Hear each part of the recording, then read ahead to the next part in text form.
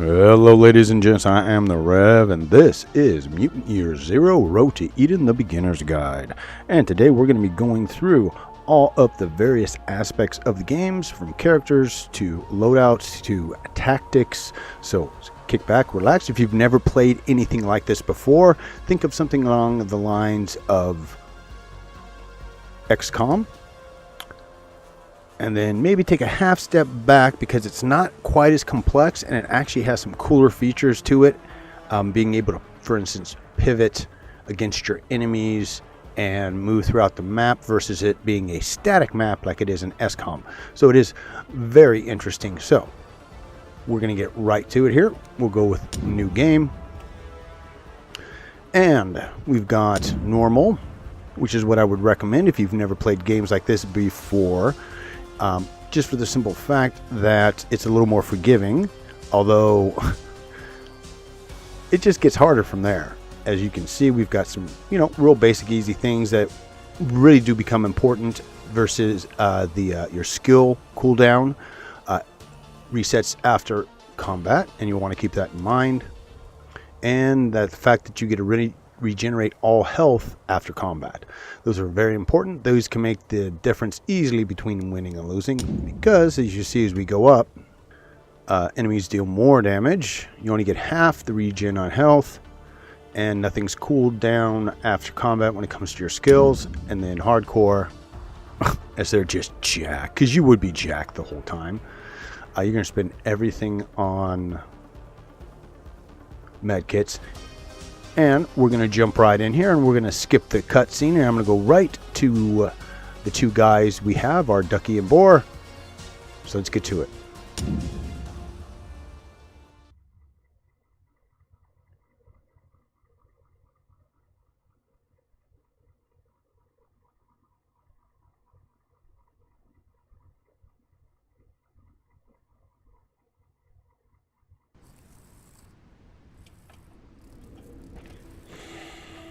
Another day, another mission, risking our necks for the Ark.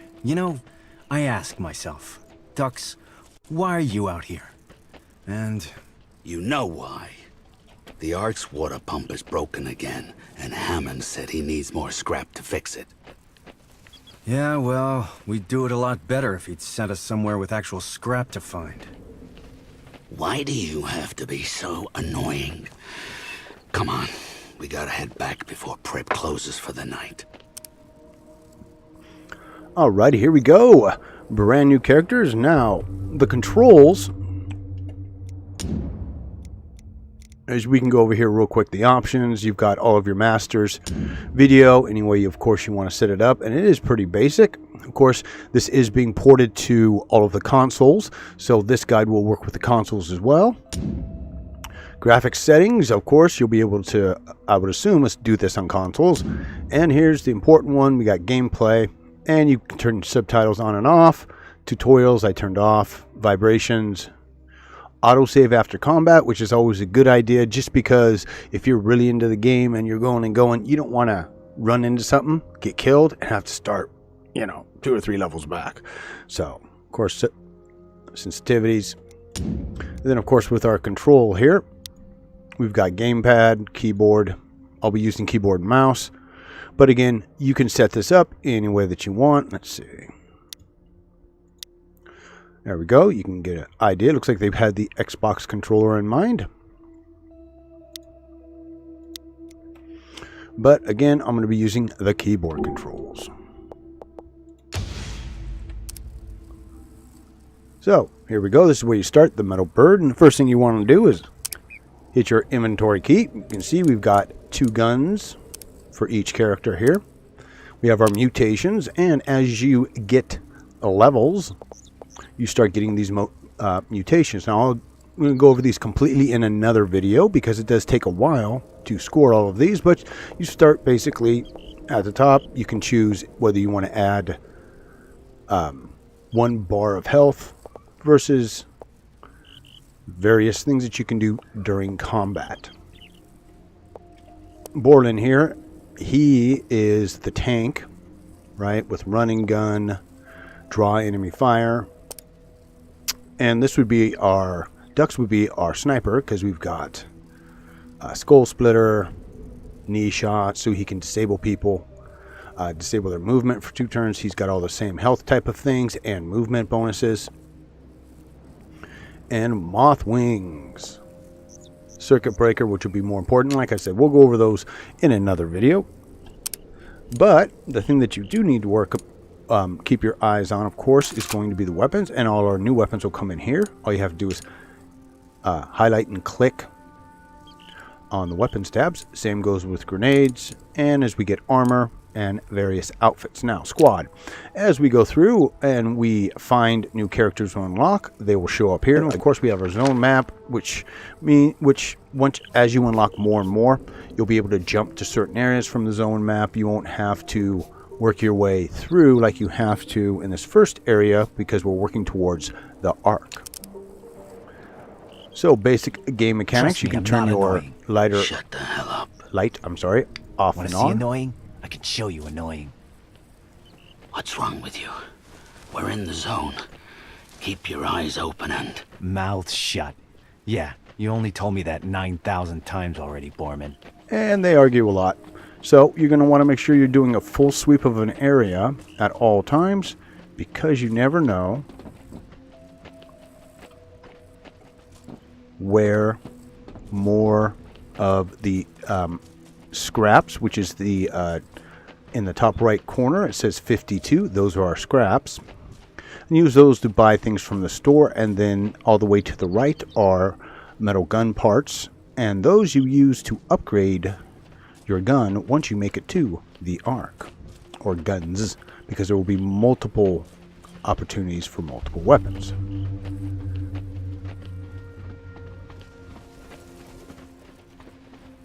And the first one you come across is right here. Beautiful.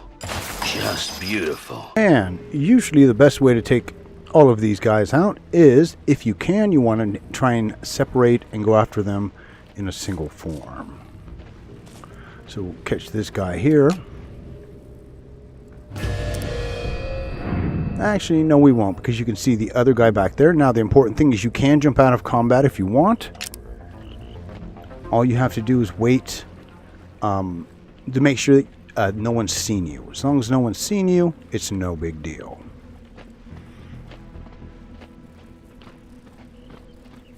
But unlike XCOM, this is what I was talking about, how you can shift and move throughout the whole map.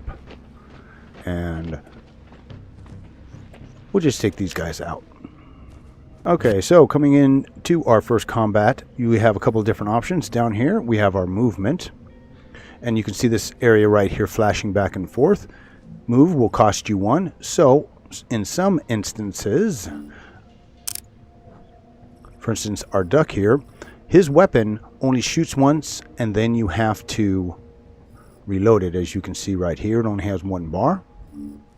So he can move, but you're going to need to plan ahead and put him in a position where he can fire if need be, or reload. So you have to always want to take that precaution into mind.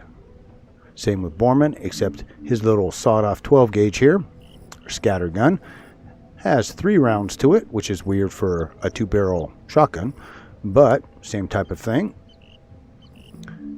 So you can move and actually use him in various aspects better. And with his skill tree, there's actually things that you can do to gimmick that to actually move him an extremely far distance. So, but again, we'll get into that in a later video. Next up, grenade. Borman has a Molotov cocktail, which will do damage over time once you throw it at him with an initial hit.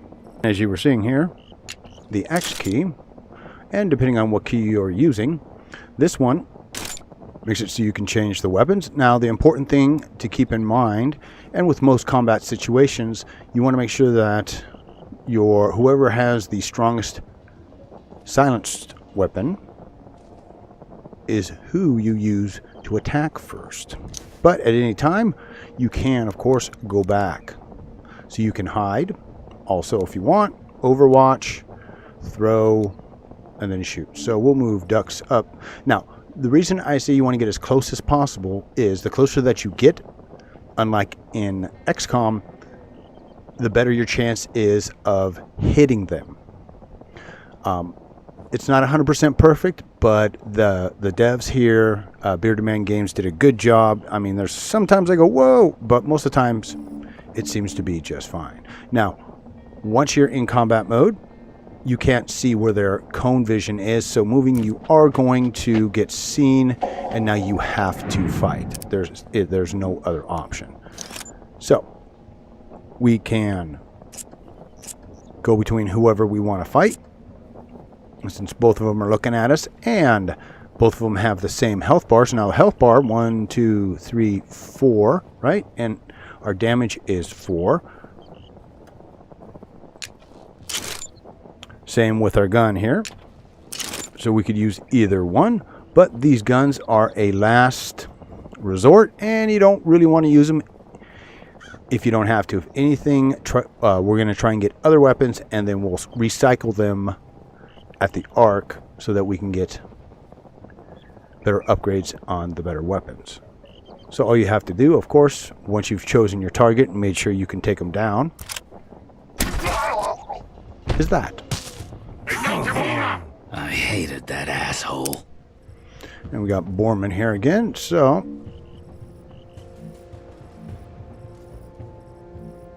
we'll run him up nice and close. And he's got his scatter gun, which is what we want. Bullseye. Sweet takedown.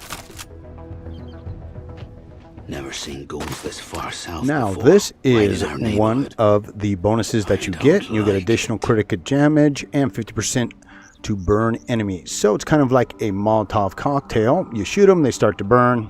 It can be very helpful. Now, you do, of course, always want to make sure you go pick up the loot from the fallen guys, because it can be scrap or weapons parts.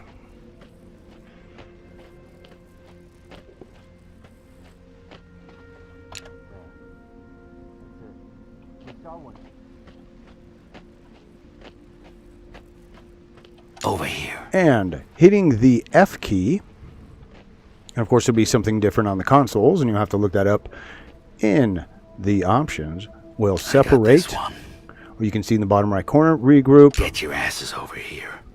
There we go. So now he should be following us again. Yes.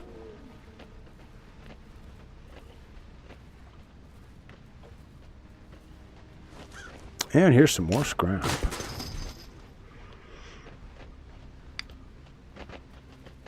And again, you just always want to make sure you're looking at everything. Oh, here's more.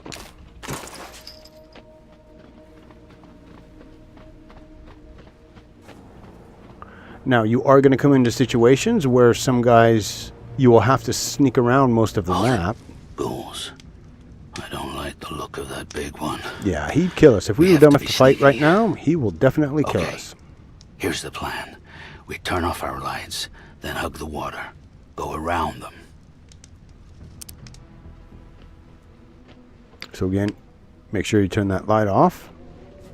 I will rip off their tiny stalker arms and beat their faces till they die! Faces too ugly to beat. No one loves a stalker. Give me the stalkers. Let them come. Where are you? Ark don't even love stalkers. And you don't need to be level 55 to come back. I never came back for this. I am curious what that weapon would be. But and once you're out of their cone, where they can detect you, turn the light on, and you can move on. And it'll push you right into the next map. This is the map screen. It tells you where you're going. You can tell with the little question marks that you haven't been here yet. Alrighty, folks, and the last thing I wanted to talk about is once you get a new gun, item, armor, helmet, in the upper right corner, it will show a little exclamation point, and that means you have something new. So anytime you jump into your character screen, you'll be able to know if you picked up anything new. And in the next video, we're going to start at the Ark. And at the Ark, we're going to go over how to use the mutations and upgrade our character, how to buy things, armor, weapons, and how to use some of the other things we'll find in-game called artifacts, and how to use the scrap, how to upgrade our weapons, all those various things. It's a lot easier than it sounds, so join me next time. And if you know someone this might help, please share it with them, because these guys are supposed to be putting out some brand new DLC, so be more fun to jump in.